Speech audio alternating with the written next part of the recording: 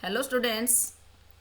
इस वीडियो में हम क्लास नाइन्थ की टेक्स्ट बुक बी हाइव का जो चैप्टर सेकंड है जो हम रीड कर रहे थे। पिछले वीडियो में हमने पार्ट फर्स्ट कंप्लीट किया और आज इस वीडियो में हम पार्ट सेकंड रीड करेंगे और इसका टाइटल है the shehnai of Bismillah Khan, यानी बिस्मिल्लाह खां की शहनाई। हमने देखी जो शहनाई है ये एक इंस्ट्रूमेंट होता है और जो बिस्मिल्लाह खान है शहनाई के वादक रहे हैं, बहुत ही वेल नोन वादक रहे हैं। तो आइए रीड करते हैं। बिफोर यू रीड, आगे पढ़ने से पहले, do you know this people, क्या आप इन लोगों को जानते हैं? What instrument do they play, और कौन से इंस्ट्रूमेंट हैं वो ये लोग बजाते हैं। Think of the shehnai and the first thing you will probably imagine is a wedding और अ सिमिलर ओकेजन और फंक्शन। थिंक ऑफ द शहनाई कहते हैं शहनाई के बारे में सोचें, और जब आप शहनाई के बारे में सोचते हैं तो कहता है पहले जो चीज़ है यू विल प्रोबेबली इमेजिन, तो शायद आप कल्पना करोगे वो है शादी या उसी प्रकार का कोई ओकेजन या कोई फंक्शन। क्योंकि जो शहनाई है उसका किससे यानी कुछ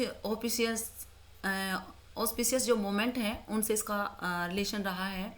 क्योंकि जो शहनाई है इसको शुभ माना जाता है और जो भी हमारे ओकेजन वेडिंग वगैरह होती हैं तो उन सब में शहनाई का बहुत फेमस रोल रहता है, बहुत इंपॉर्टेंट रोल रहता है।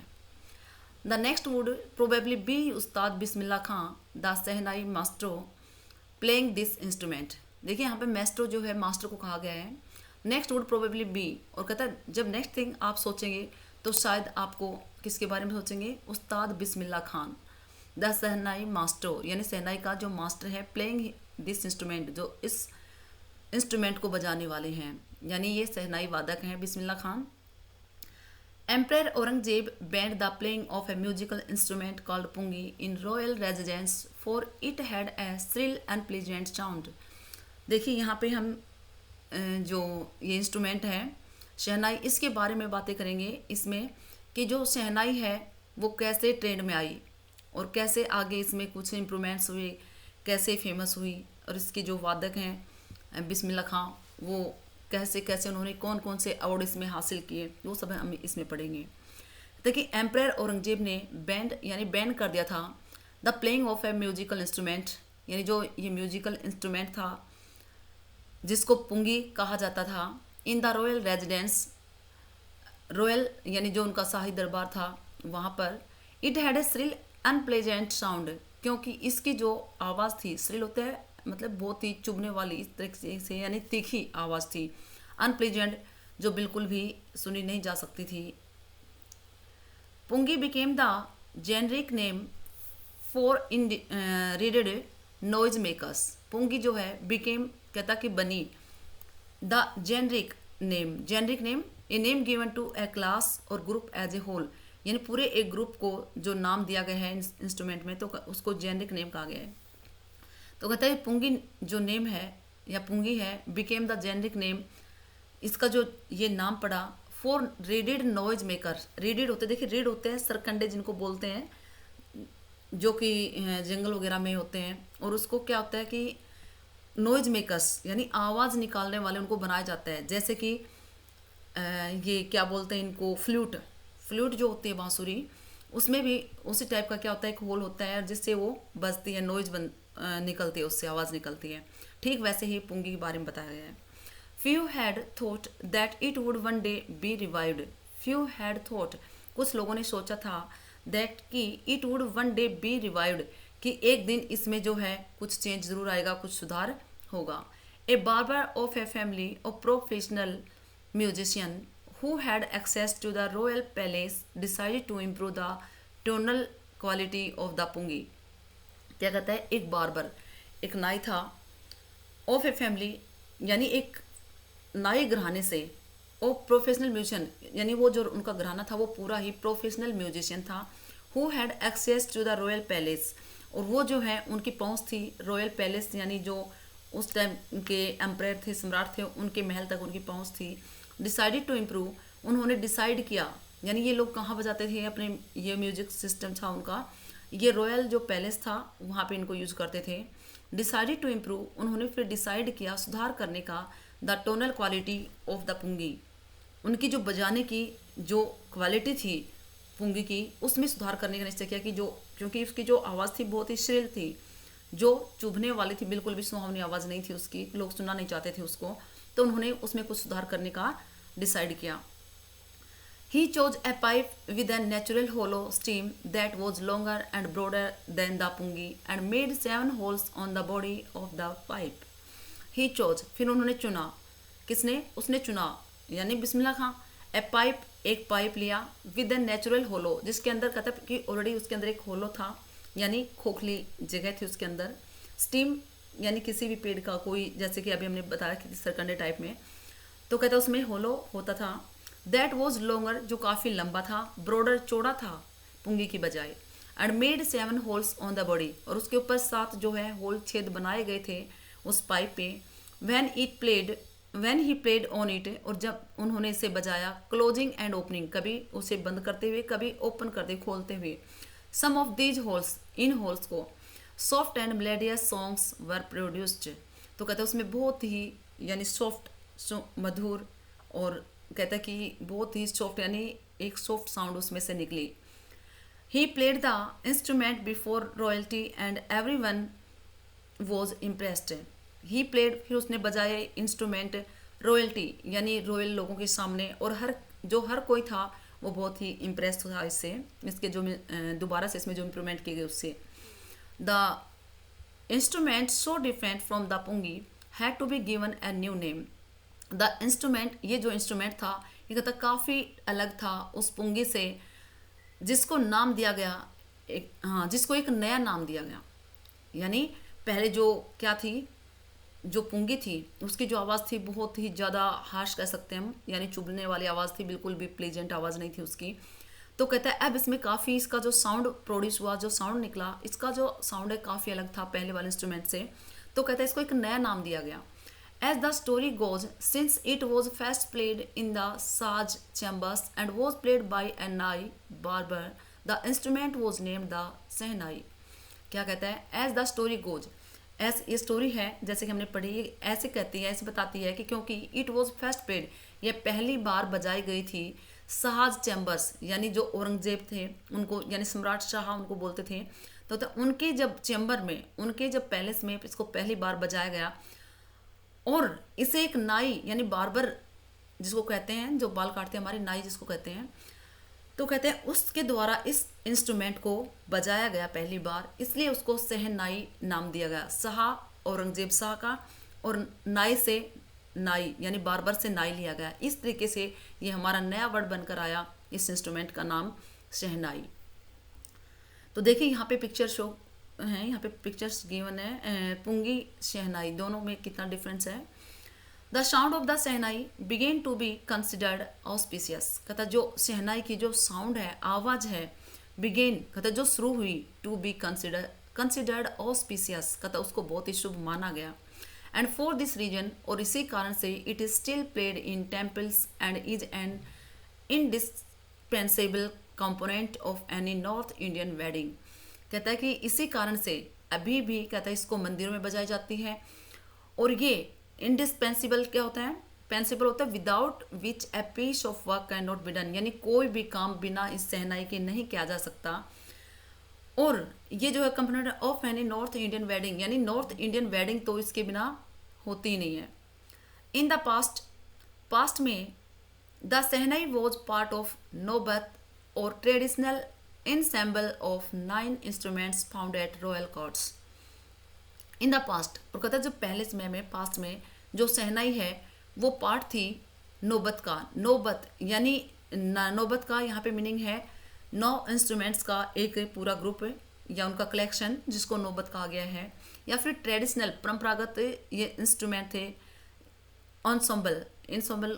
इंसम्बल्स को यहाँ पे जो प्रोनाउंस किया गया है, देखिए यहाँ पे दिया गया है ensemble things here instruments considered as a group, यानी एक ग्रुप के अंदर जो है उन इंस्ट्रूमेंट्स को कलेक्ट करना ही यहाँ पे क्या कहा गया है, ensembles of 9 instruments found at royal courts, और कहता है ये कहाँ पाए गए, रॉयल कोर्ट्स के अंदर, दरबार में। till recently it was used only in temples and weddings, कहता till recently, कहता इस तब तक, recently यानी हाल ही तक इनको यूज किया जाता था केवल केवल मंदिरों और शादियों में ही इनका यूज किया जाता था। The credit for bring this instrument on to classical stage goes to Ustad Bismillah Khan. और इसका जो क्रेडिट है क्लासिकल स्टेज पर लाने का शहनाई को, वो क्रेडिट जो है वो उस्ताद बिस्मिल्लाह खान को जाता है। As a 5-year-old, Bismillah Khan played gilli danda near a pond in the ancient state of Dumraon in Bihar. और जब वह 5 वर्ष का था बिस्मिल्लाह खान, तो कहता है गिल्ली डंडा खेलता था एक पौंड के पास में, एक प्राचीन स्टेट था बिहार का, डमराव गांव, डमराव स्टेट, वहाँ पे ये गिल्ली डंडा खेलता था जब 5 वर्ष का था। He would regularly go to nearby Bihariji temple to sing the Bhojpuri chaita, at the end of which he would earn a big laddu weighing 1.25 kg, a prize given by the local महाराजा। वह रेगुलरली यानी नियमित रूप से वहाँ जाता था पास के Bihari ji temple में टू सिंग गाने के लिए Bhojpuri chaita, at the end of, और जिसके अंत में जब वो भोजपुरी चैता गाते थे तो उसके अंत में उसको कहता कि किस लिए गाते थे, विच ही वुड अर्न, जिससे वह कमाते थे एक बड़ा लड्डू जिसका वेट जो है 1.25 kg का होता था, और ये प्राइज के रूप में वहाँ के जो लोकल महाराजा थे उनके द्वारा दिया जाता था।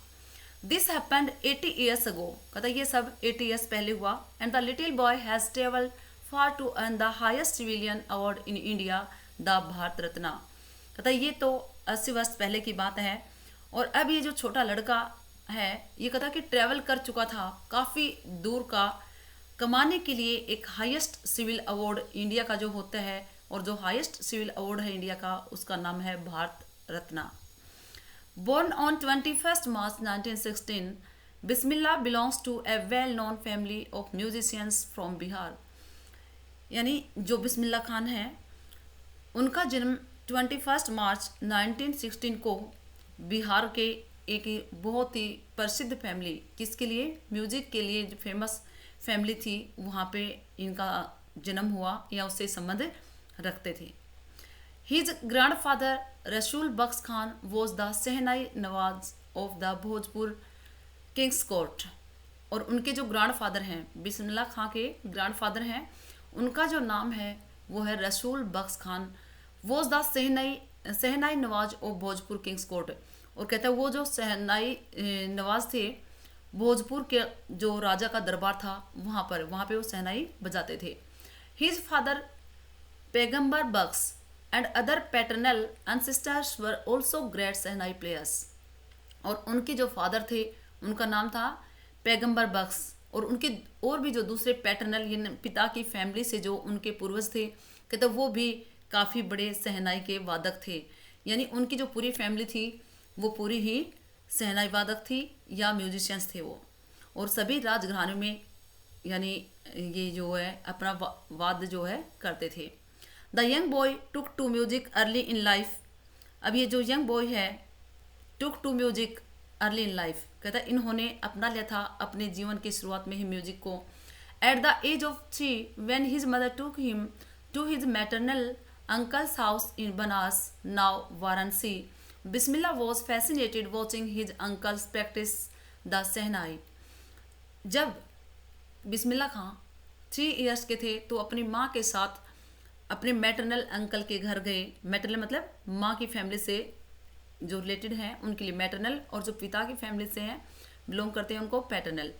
अंकल्स हाउस इन बनारस, जहाँ पर बनारस में उनके मैटरनल अंकल का घर था, वहाँ पे गए अपनी माँ के साथ जब ये 3 वर्ष के थे। और बनारस को अब जो है वाराणसी कहा जाता है। बिस्मिल्लाह जो है वो बहुत ही फैसिनेटेड यानी आकर्षित होकर अपने अंकल की प्रैक्टिस को, जो शहनाई बजा रहे थे, कहता उसको काफ़ी टाइम तक वॉच करते रहे, देखते रहे। Soon Bismillah started accompanying his uncle Ali Baksh to the Vishnu temple of Banaras, where Baksh was employed to play the Sehnai. सुन बिस्मिल्लाह कहता जल्द ही बिस्मिल्लाह ने शुरू कर दिया यानी शुरू कर दिया एक कंपनी साथ जाना अपने अंकल अली बख्श के साथ टू द विष्णु टेम्पल में, जो कि बनारस में था, जहाँ बख्श वॉज एम्प्लॉयड यानी जॉब करते थे शहनाई बजाने की। Ali Bux would play the shehnai and Bismillah would sit getting lesson, यानी लेसन प्राप्त करना टाइसिस फेवरेट हॉन्ट्स वेयर 4 ईयर्स तक टू कम द टेम्पल, वो आते रहे बालाजी और मंगला मैया और कहता है गंगा रिवर के जो घाट पे, ये 3 कदम उनके लिए फेमस जगह थी जहाँ पे वो आते थे। Became the young apprentice's favourite haunts, क्योंकि ये जो तीनों जगह थी ये बन गई थी यंग जो छोटे नए जो सीखने वाले थे इंस्ट्रूमेंट को बजाने वाले, तो कहता उनके लिए फेवरेट जगह थी ये जहाँ वह बैठकर अकेले में प्रैक्टिस कर सकता था। The flowing waters of the Ganga inspired him to improvise and invent ragas that were earlier considered to be beyond the range of the Sehnai. Flowing waters of the Ganga, कहता गंगा मैया के बहते हुए पानी ने उनको इंस्पायर किया, प्रेरित किया टू इम्प्रोवाइज, यानी उनके जो सुर ताल था उनमें इम्प्रूव करने का, उनको मॉडिफाई करने का, एंड इन्वेंट रागाज, और नए नए राग इन्वेंट करने का, खोजने का, दैट वर अर्लियर कंसिडर्ड, कहता जिनको पहले माना गया था to be beyond the range of shehnai, यानी beyond the range of shehnai, shehnai की पहुंच से दूर माना गया था उनको कि सहनाई में ये सब शामिल नहीं हो सकता, बट उसमें कोई चेंज नहीं हो सकता, बट उन्होंने इसमें भी ये सब चीज़ें कर दिखाई। At the age of 14 Bismillah accompanied his uncle to the Allahabad music conference, जब बिस्मिल्ला खां 14 ईयर्स के थे तो वह अपने अंकल के साथ इलाहाबाद के म्यूजिक कॉन्फ्रेंस में गए। At the end of his recital Ustad Faiyaz Khan patted the young boy's back and said work hard and you shall make it, तो कहता है जब ये कॉन्सर्ट चल रहा था तो उसके अंत में उस्ताद फैयाज खान थे वहाँ पे, उन्होंने पैटेड मतलब यानी इनकी जो है फीट थपथपाई, इनको शाबाशी दी। यंग बॉयज उस टाइम में छोटे थे, तो कहता है यंग बॉय की, और कहा वर्क हार्ड, कठोर मेहनत करो, यू शैल मेक इट, यानी तुम वो अचीवमेंट्स हैं वो सब हासिल कर लोगे, आप कठोर मेहनत करो। With the opening of the All India Radio in Lucknow in 1938 came Bismillah's big break, कहता जब विद द ओपनिंग, जब ऑल इंडिया रेडियो की ओपनिंग के साथ ही जो लखनऊ में 1938 में हुई, बिस्मिल्ला खां के लिए कहता बिग ब्रेक, यानी एक बहुत बड़ी अपॉर्चुनिटी उसको मिली, यहाँ पे बहुत बड़ा अवसर मिला।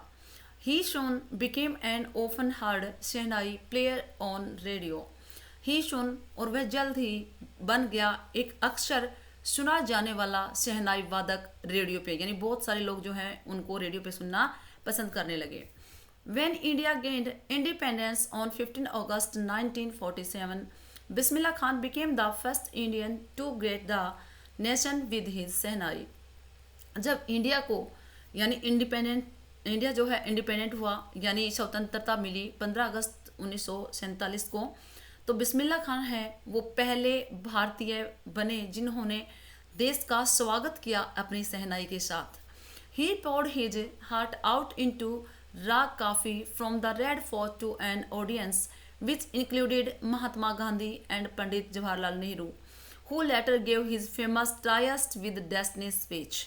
He poured, यानी उसने डाल दी थी अपनी फीलिंग्स को, दिल से अपनी फीलिंग्स को, अपने इमोशंस को राग काफी में डाल दिया था, और जो उन्होंने रेड फोर्ट पे दिया एक ऑडियंस को, विच इंक्लूडेड, जिसके अंदर शामिल थे महात्मा गांधी और पंडित जवाहरलाल नेहरू भी, जिन्होंने उसको बाद में फेमस ट्राई करने वाले, यानी एक डेस्टिनी स्पीच जो है वो वहाँ पे दिया, उन्होंने वहाँ फेमस हुए। Bismillah Khan has given many memorable performances both in India and abroad. Bismillah Khan ने has given many memorable performance, यानी बहुत ही यादगार परफॉर्मेंस जो है वो दे चुके हैं, इन इंडिया में भी और फॉरेन में, दोनों में ही। His first trip abroad was Afghanistan where king Zahir Shah was so taken in by the maestro that he gifted him priceless Persian carpets and other souvenirs.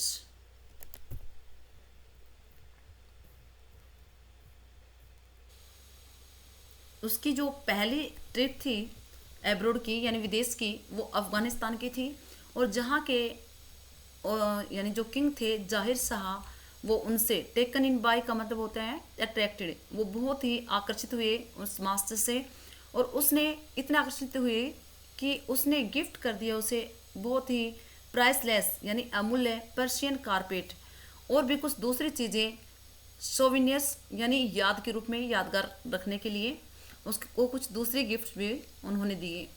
The king of Afghanistan was not the only one to be fascinated with Bismillah's music. केवल अफगानिस्तान के जो king थे केवल वही नहीं थे जो आकर्षित हुए थे बिस्मिल्लाह के म्यूजिक से। Film director Vijay Bhatt was so impressed after hearing Bismillah play at A festival that he named a film. यानी फिल्म केवल क्या कहा गया कि जो अफगानिस्तान के जो किंग थे केवल वही आकर्षित नहीं हुए बिस्मिल्लाह के म्यूजिक से, बल्कि फिल्म डायरेक्टर विजय भट्ट है कहता वो भी बहुत इम्प्रेस हुए थे उनकी बिस्मिल्लाह खां की जो है एक प्ले जब उन्होंने सुना था एक फेस्टिवल में। तो कहता उन्होंने नाम दिया था अपनी फिल्म को आफ्टर द इंस्ट्रूमेंट कॉल्ड गूंज उठी शहनाई। यानी उनकी जो इंस्ट्रूमेंट जब उन्होंने सुना बजाते हुए तो कहता उन्होंने अपनी एक फिल्म का नाम रखा था और कहता जो कहलाई Goonj Uthi Shehnai. The film was a hit and one of Bismillah Khan's composition Dil Ka खिलौना है टूट गया turned out to be a nationwide chartbuster। कहता है उनकी जो फिल्म थी वो तो काफ़ी हिट रही थी और one of Bismillah Khan's composition और एक बिस्मिल्लाह खां का कंपोजिशन यानी एक उनका सॉन्ग था दिल का खिलौना है जो टूट गया। टर्न आउट कहता वो भी एक नेशन वाइड चार्टबस्टर रहा, चार्टबस्टर यानी record breaker. Despite this huge success in the celluloid world, Bismillah Khan's ventures in film music were limited to two: Vijay Bhatt's Gonj Uthi Sehnai and Vikram Srinivas' Kannada venture Sanadhi Apanna।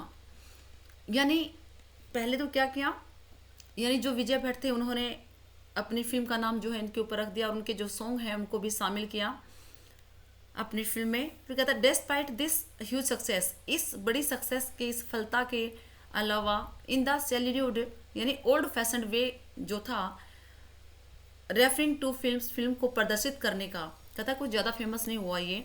Bismillah Khan के जो ventures यानी बिस्मिल्लाह खान के लिए बहुत risky था ये venture होता है ऐसा कार्य जिसमें साहस तो होता ही है बट उसमें रिस्क भी होता है। तो कहता है रिस्की था, फिल्म म्यूजिक है उसमें केवल उनको लिमिटेड दो ही फिल्म म्यूजिक में दो सीमित है म्यूजिक उनको ही शामिल किया गया और ये उनके लिए रिस्की था।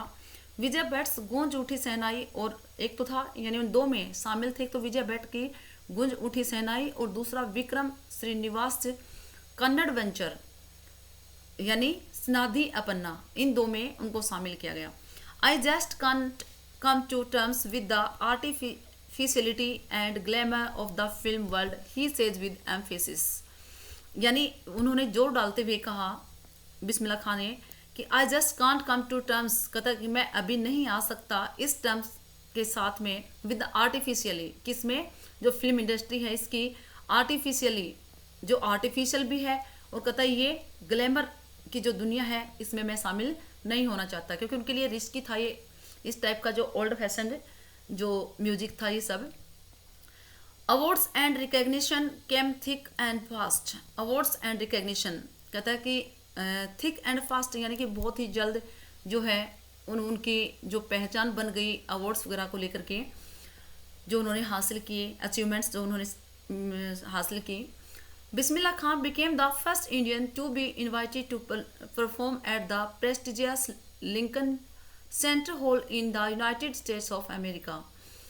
बिस्मिल्लाह खान जो है पहले भारतीय बने जिनको यानी परफॉर्म करने के लिए लिंकन सेंटर हॉल यूएसए के अंदर जो है लिंकन सेंटर हॉल है कहता है वहाँ पे उनको इनवाइट किया गया परफॉर्म करने के लिए। तो कहते हैं वो पहले भारतीय थे जिनको इनवाइट किया गया। He also took part in the world exposition in Montreal in the Cannes art festival and in the Osaka trade fair. कहता है इसके अलावा ही ऑल्सो टुक पार्ट उसने और भी हिस्सा लिया वर्ल्ड के एक्सपोजिशन इन मॉन्ट्रियल के अंदर भी अपने आप को यानी वहाँ पे भी उन्होंने परफॉर्म किया। इन द कैनेस एट फेस्टिवल और कहते हैं कैनेस जो आर्ट फेस्टिवल है वहाँ पे और ओसाका ट्रेड फेयर के अंदर भी उन्होंने अपना परफॉर्म किया। So well known did he become internationally that an auditorium in Tehran was named after him, तहार मस्क्यू उस्ताद बिस्मिल्लाह खां। कहते वो इतने प्रसिद्ध हो गए कि ही बिकम इंटरनेशनली, यहाँ कि वो इंडिया में नहीं बल्कि इंटरनेशनली अंतर्राष्ट्रीय लेवल पे भी इतने फेमस हो गए कि जो तेहरान का ऑडिटोरियम था उसका नाम भी जो है बिस्मिल्लाह खां के नाम पे तहार मस्जिद उस्ताद बिस्मिल्लाह खां रख दिया गया। National awards like the Padma Shri, the Padma Bhushan and the Padma Bhushan were conferred on him. कहता है ये सब जो अवार्ड्स हैं, नेशनल अवार्ड्स, ये सब उन्होंने हासिल किए, उन्होंने प्राप्त किए। In 2001 Ustad Bismillah Khan was awarded India's highest civilian award the Bharat Ratna. कहते हैं कि इन 2001 के अंदर जो है उस्ताद बिस्मिल्लाह खां को अवार्ड दिया गया, उनको पुरस्कृत किया गया, इंडिया का जो हाईएस्ट सिविलियन अवार्ड है भारत रत्ना, उससे उनको नवाजा गया।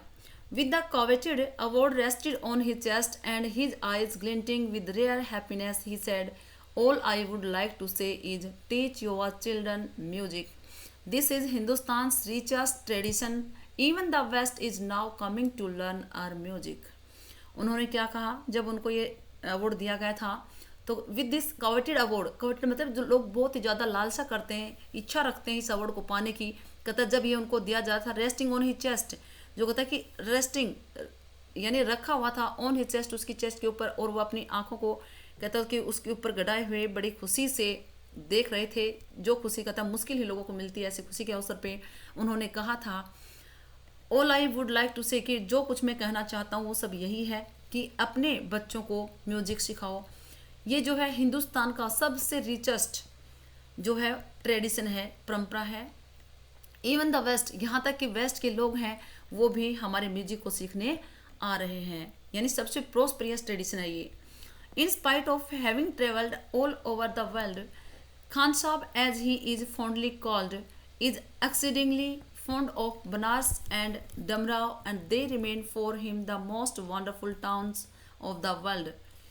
In spite of having traveled, कहते हैं इन सब जगह पे यहाँ पे ट्रेवल करने के बावजूद, ऑल ओवर द वर्ल्ड यानी पूरे वर्ल्ड का, इन स्पाइट ऑफ हैविंग ट्रेवल्ड कहते हैं इन सब यानी पूरे वर्ल्ड के अंदर इन सब जगह पे उन्होंने जो भी ट्रेवल किया, उन सब के बावजूद खान साहब जो है कहते वो बड़े शौक से लोग उनको पुकारते थे, यानी लोग जो उनको बहुत ज़्यादा उनके फैंस थे वो उनको खान साहब जो है कहते थे। Is exceedingly fond of Banaras, और लेकिन कहता है फिर भी वो जो है सबसे ज़्यादा बनारस के शौकीन थी, बनारस में रहना चाहते थे, उनकी बहुत ज़्यादा इच्छा होती थी वहाँ रहने की, और डमराव में। And they remain for him the most wonderful towns of the world, कहता है वो विदेशों में खूब घूमे, उन्होंने टूर किए, बट उनके लिए जो फेमस जगह थी और जो सबसे ज़्यादा वहाँ रहना चाहते थे वो केवल उनकी सबसे अद्भुत जो टाउन था वर्ल्ड के अंदर वो था बनारस और डमराव गांव जो बिहार में था। A student of his once wanted him to head a shehnai school in the USA and the student promised to recreate the atmosphere of Banaras by replicating the temples there. A student of his, उनके एक जो student था, एक बार उसने चाहा उसे head बनाना सहनाई school का USA के अंदर, एंड द स्टूडेंट प्रोमिस्ड, और उस स्टूडेंट ने इनसे प्रोमिस भी की टू क्रिएट यानी बनाने का, द एटमोसफियर वातावरण ऑफ बनारस, यानी कि वो बनारस का वैसा ही वातावरण यहाँ बना देगा और वो यहाँ पे उनके सहना स्कूल के हेड बन जाएं। By replicating the temples there, जो बनारस के अंदर टेम्पल्स हैं कहता उनकी कॉपी करके सेम वैसे ही टेम्पल वो यहाँ भी बनवा देंगे। बट खान साहब आस्क्ड हिम, लेकिन खान साहब ने उनसे पूछा, if you would be able to transport river Ganga as well, कि क्या वो तो ठीक है कि आप टेम्पल उस जैसे बना दोगे बनारस के, बट कहते यदि क्या आप ट्रांसपोर्ट कर पाओगे ठीक वैसे ही रिवर जो गंगा है उसको यहाँ ला पाओगे। Later he is remembered to have said that is why wherever I am in a foreign country. Later बाद में ही इज रिमेंबर्ड, उनको याद किया गया जो उन्होंने कहा, उन्होंने क्या कहा था, दैट इज़ वाई इसीलिए, वेन एवर जब कभी भी, आई am in a foreign country मैं किसी फॉरेन कंट्री में होता हूँ, आई कीप यार्निंग तो कहते मेरी बहुत ज़्यादा इच्छा होती है टू सी हिंदुस्तान, हिंदुस्तान देखने की। वाइल इन मुंबई, जब मुंबई में होता हूँ, I think of only Banaras and the Holi Ganga, तो केवल बनारस और पवित्र गंगा के बारे में सोचता हूँ। And while in Banaras I miss the unique मथा ऑफ डमराव। और कहता जब बनारस में होता हूँ तो मैं मिस करता हूँ, याद करता हूँ जो यूनिक सबसे अलग हैं डमराव के मथा, उनको मैं कहता है कि मिस करता हूँ जब मैं बनारस में होता हूँ। तो ये जो चीज़ें हैं उसके लिए बहुत इंपॉर्टेंट थी। Ustad Bismillah Khan's life is a perfect example of the rich cultural heritage of India, one that effortlessly accepts that a devout Muslim like him can very naturally play the Sehnai every morning at the Kashi Vishwanath temple. उस्ताद बिस्मिल्लाह खां की जो life है एक perfect example है, उदाहरण है, यानी भारत की जो सांस्कृतिक जो धरोहर है उसके रूप में वन दैट एफर्टलेसली, और कहता उनमें से वन दैट एफर्टलेसली, और कहता कोई भी एक जो कि एफर्टलेसली बिना जोर डाले ही यानी आसानी से स्वीकार कर लेता है कि ए डेवोट मुस्लिम, डेवोट होता है believing strongly in a religion, जो कि बहुत ज़्यादा विश्वास करता है किसी एक धर्म में, मुस्लिम लाइक हिम कहते उसके जैसे मुस्लिम है, कैन वेरी नेचुरली, वो कहते नेचुरली रूप से उसे बजा सकते हैं सहनाई को एवरी मॉर्निंग, हर सुबह at the Kashi Vishwanath temple, Kashi के विश्वनाथ टेम्पल में। देखिए इसमें क्या कहा गया है कि जो उस्ताद बिस्मिल्लाह खां हैं उनकी लाइफ है एक बहुत बड़ा एग्जाम्पल है इस प्रोस्पेरियस सांस्कृतिक हेरिटेज का, यानी जो हमारी इंडिया की है, और उसको कहता है कोई भी आसानी से एक्सेप्ट कर लेता है कि ऐसा एक जो बहुत ज़्यादा अपने रिलीजन में जो विश्वास करता है मुस्लिम, कहता है वही उसकी तरह इसको नेचुरल रूप से सहनाई को प्ले कर सकता है हर सुबह काशी विश्वनाथ टेम्पल में। तो देखिए ये चैप्टर जो है ये हमारा यहीं फिनिश होता है। हमने देखा कि जो बिस्मिल्लाह खां हैं वो कितने फेमस जो है वो सहनाई वादक रहे हैं, उन्होंने कैसे सहनाई के ऊपर कितनी जो हार्ड वर्क की और किस तरीके से वो फेमस हुए, यहाँ तक कि फिल्म इंडस्ट्री तक भी उन्होंने अपनी यानी म्यूजिक को पहुँचाया, और उसने सभी अवार्ड्स हैं वो यानी हाइट्स उन्होंने छुई, वो बुलंदियाँ उन्होंने छुई जो कि एक हार्ड वर्कर है वो ऐसा कर सकता है। तो इस वीडियो में इतना ही। Thank you.